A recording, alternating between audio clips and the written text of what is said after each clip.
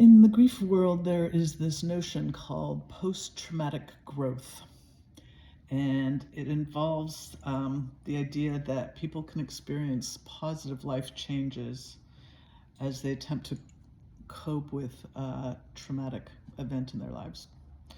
So it involves 5 different areas. There's personal growth, there's an altered relationship to others, there's new possibilities for your life, there's often spiritual changes, and a kind of appreciation for life that, again, sort of an altered idea about that. And I definitely felt this and kind of transformed into this. And so when I read about the post-traumatic growth idea, it really resonated with me. And I suspect it probably resonates with anybody that has kind of come out the other end of a traumatic event. I mean, it doesn't have to be a loss necessarily, but any traumatic event, I guess, involves loss on some level, whether it's a person or a way of life or whatever it might be. So I thought I would just read the small section from my book. This is my beat up version. I've got it all marked and whatnot because I read from it quite a bit. So this is The Alchemy of Loss, the book I wrote after my husband died in the World Trade Center. So I've been given a book by a woman who became a friend. She was a craniosacral massage therapist, and she really helped me through body work. And she'd given me this book called Awakening from Grief, which was written by her partner. So I write. I found myself reading the book that Maureen gave me, Awakening from Grief. Despite my initial superficial reaction to its cover, it had a setting sun. It became a turning point for me, allowing me to see for the first time that grief could have a potentially positive outcome. By telling stories about other people facing death and then dying and the experiences of those grieving them, John, the author, John Welshons was the author, helped his reader to overcome the fear of death. Learning the intimate details of other people's circumstances helped me to realize that death was a natural part of life.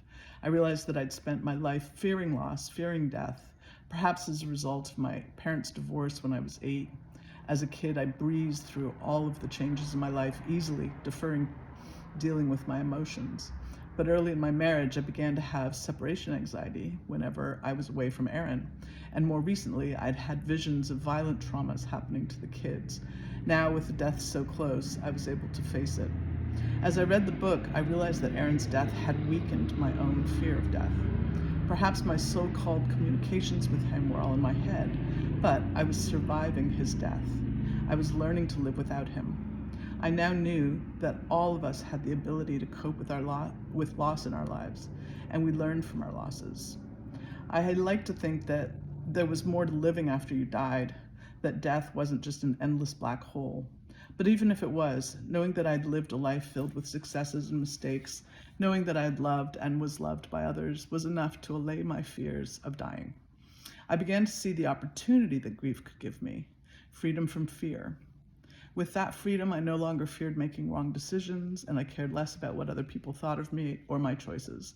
I realized that I'd spent my life doing things for other people, getting the right job, being the good wife and mother. Now the possibilities for my life seemed to have opened wide. I could move to Paris if I wanted, and take up skydiving. I could become a writer. I could see the carrot of diminishing grief dangling before me, saw the intensity of my present grief might eventually result in a fresh, positive perspective on life. I was already becoming more open to new ideas, seeking the advice of people and books that I might normally have avoided, deciding they were too new age or touchy-feely. So you get the idea. So later on, in my grief, I connected with a group, and it was sort of a group for, I guess it was actually for 9/11 kids, and they had sort of they had some support for the parents as well. Most of us were moms. And so I took this course that they offered called Creative Insights. And so it was really about using creativity to help you get through get through the trauma, get through the grief. And some of the key points and the key things I learned in that course have stuck with me, and I use them to this day. So one of the tools is to pay attention to the voices in your head. Often it's a mom's voice, or somebody being judgmental. Oh, you shouldn't do that. All the shoulds and shouldn'ts. And kind of pay attention to the voices and realize where they're coming from, and then just sort of acknowledge them and let them pass, because they really are just sort of voices of judgment, and they're not really rooted in reality, I guess. It's voices that you've been telling yourself probably all your life. Maybe it was a first grade teacher that said something to you. And so to begin to recognize those as sort of false narratives, I guess, false narratives for your life. That was one of the first lessons that we learned, and that we had to really pay attention to. Another one was around living your life with no expectations, and I might have talked about this one in an earlier video, but it's the idea that everything we do, we set expectations as to how something's going to go. And I always use the party as an example. I used to kind of prevent myself from going to a party because I'd think, oh, so-and-so's there and I'm not going to want to hang out with them, or, oh, it's going to be so tiring, or I just find these excuses to not do things because I was in grief and because I wasn't really feeling up to it. But I started to recognize that, they were sort of excuses, and that maybe by not going to the party, I was missing out on some opportunity or some connection that I might make. And so I started to pay attention to when I would have expectations. And it turned out I was really good at making expectations about how things were going to go, because when you lead a super independent, and you're a single mom, you have to plan these things out. You have to be very specific. So in doing that, I think, I now say I'm living my unexpected life, and it's because even the things that seem crazy, like buying a chateau in France, I just didn't question. I was like, all right, I guess life is leading me to buy a chateau in France. Like, I'm not going to question that. I'm going to kind of, if this seems to be the way the river is flowing, that's how I'm going to go. So it's also paying attention to your intuition.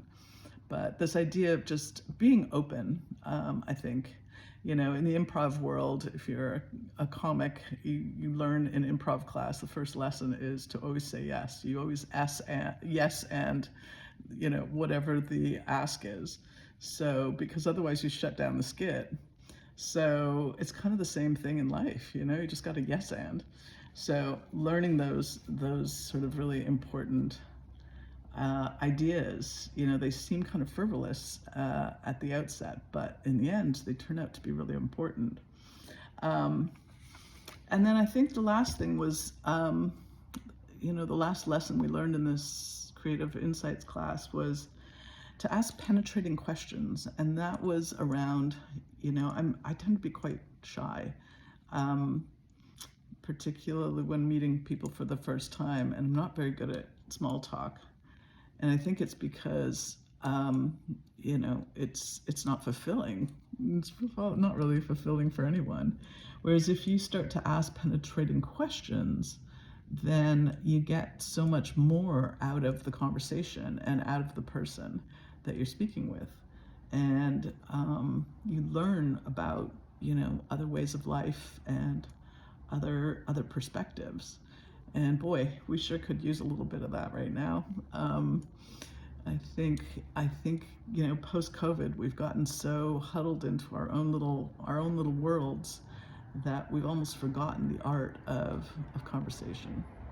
So anyway, I just wanted to iterate about this idea of post-traumatic growth, because I find it's just, I think I know I've talked about the positive spin, the silver lining of grief, but it's really the silver lining of trauma.